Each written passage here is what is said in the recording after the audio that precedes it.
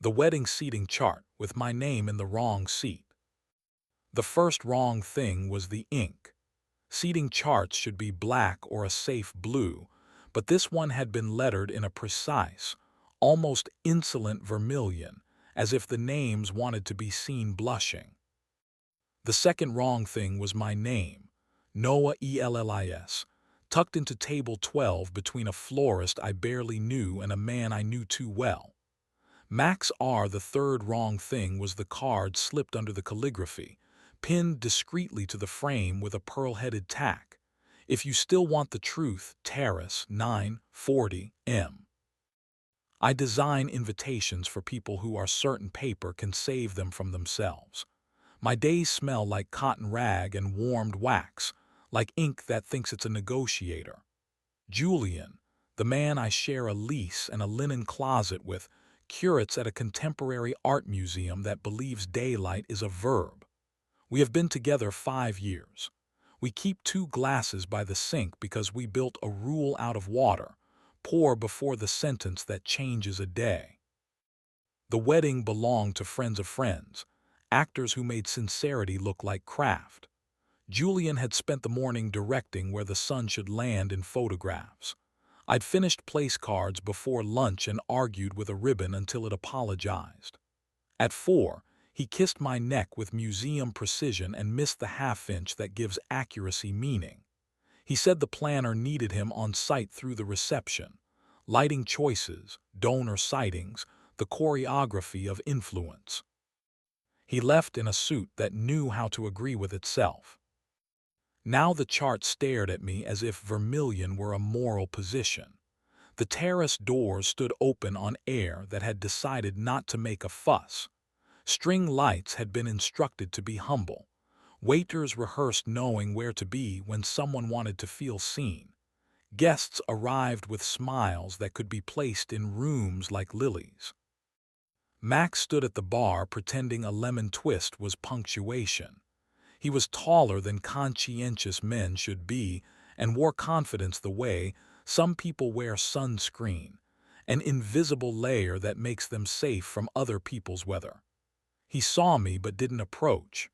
People who do not approach are often the ones approaching hardest. We had a history of glances over crowded tables, the kind designed by committees to make appetites feel civil. He photographed installations and woke rooms up for magazines. His hands knew when to touch light. He smelled like cedar because apparently this city had only one religion. The ceremony did not embarrass anyone. Vows were said in voices that weren't auditioning. The kiss had the kindness of a completed promise. And then, as if life couldn't resist adding a coda, the terrace filled with the low ecological sound of glasses changing owners. 9:30 came with the complacency of clocks that believe themselves. I found him where the plan said to. The terrace's far corner had been engineered for confessions. A wrought iron bench, a railing that pretended to be strong, the city spread below like a rumor you could almost verify. Max paced the width of the shadow between 2 heaters and stopped when my shoes touched it. "You came," he said, as if gravity had kept a promise on his behalf. "You wrote my name into seating like a dare," I said, and resisted the urge to straighten the vermilion. "I make charts. I noticed the wrong seat." He took a step closer and the air learned our names. He lifted his hand, then paused at the inch that has become currency in rooms like this. Heat negotiated with the skin on my wrist. He did not touch me. The restraint rang like a small, indecent bell. "He thinks he's meeting me here to end it politely," he said. "He promised the planner he wouldn't ruin dessert. I thought you should have the room before they light the sparklers." "How long?" I asked, because some arithmetic insists. 8 months, he said. Rain and an elevator the night the museum opened that retrospective about darkness. A lobby decorated to sell permission. I ended it twice. He sent me a photograph of your breakfast with a complaint about my titles. I respected his paragraph against my better judgment. Waiters were aligning champagne like soldiers. Somewhere, a saxophonist convinced a standard to be a little more honest than usual. I watched Max watch my mouth, and I wondered if anyone had ever asked him to love something that didn't need his lens. "You could have texted," I said. "I wanted your answer to hear itself in decent air," he said. "Terraces are good at air." The doors behind us sighed. The planner passed with a headset and an apology that didn't know where to land. Then Julian came through with his docent face on precise, tender, a volume that strangers trust. He saw Max. He saw me. He saw the inch of air that had developed its own politics. He closed the door behind him like a man who pays attention to hinges. "Okay," he said. The word did its work without asking for a chair. "You put my name next to his," I said. "You could have kept the chart innocent." "I chose incompetence," he said. "And then cowardice. I cheated. I told myself it was weather and home is a noun that survives rain.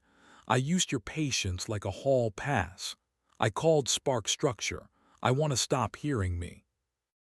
Max had drifted toward the railing the way decent men do when oxygen needs the room. He lifted his hand again toward my neck and stopped at the same inch. Heat remembered its lines. He lowered his hand as if returning a borrowed word. "What do you want me to do?" Julian asked. He did not reach. He has learned that reaching is a contract the wrists sign before the brain reads it. "You'll end it," I said. "You'll sleep on the couch we refuse to call a guest anything.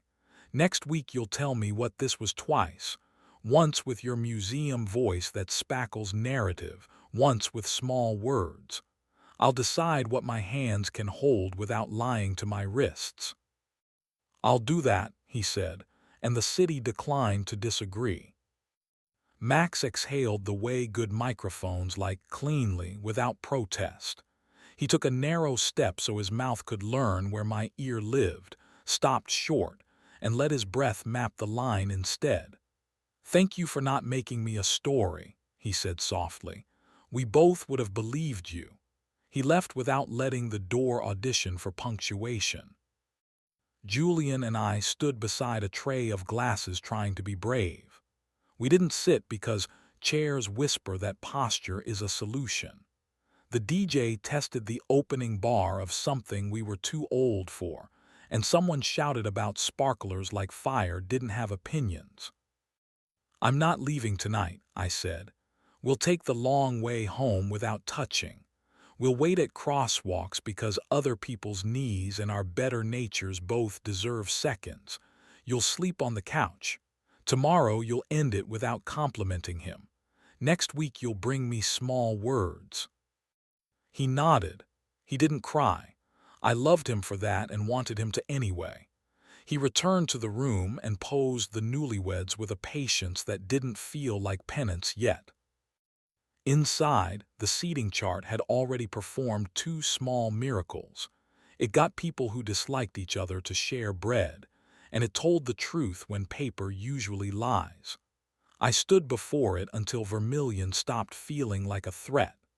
Then I left my name where it had been put, because not moving it felt more honest than giving the frame a fresh sin. We walked. The night remembered it was a neighborhood. At the first corner, a cyclist cut too close and Julian's palm hovered near my hip, a merciful reflex the body offers even after it's been told to behave. The heat of it had its own liturgy. I didn't lean. A man gets to choose the boring tool that keeps the lock from lying. At home, the kettle auditioned for a bigger part. He made tea and laid blankets on the couch with a care learned from years of arranging other people's light. I slept alone in a bed that had decided not to take sides. He woke early and went to the lobby that sells permission smelling like nothing, the cologne of adulthood done correctly. He came back at noon and told me he had ended it. He told me twice. The museum version was almost bearable. The small words did the work. I liked being two men, he said. One of them wasn't tired. I mistook adrenaline for architecture. I can be one person if you let me do the work. I let him. That is the part with low-ticket sales. He slept on the couch for 6 nights and learned the distance between our door and our bed like a route he didn't tell anyone about. On the 7th, he came to me with hands that remembered the lazy precision we taught each other early and almost forgot. There is an erotics that arrives as restraint, a thrill in choosing not to ruin morning. Max texted 2 days later, "Thank you for telling the truth on a terrace built for lies." I replied, "Try it in a hallway." He didn't write back, which was the second best thing he did. Work stayed exact and unimpressed by drama. I inked a suite for a small wedding that believed in sunlight and soup. I refused a client who wanted me to erase a freckle from a letterpress portrait and explained that skin is a grammar, not an error. I taught a teenager how to hold a nib so the line doesn't panic.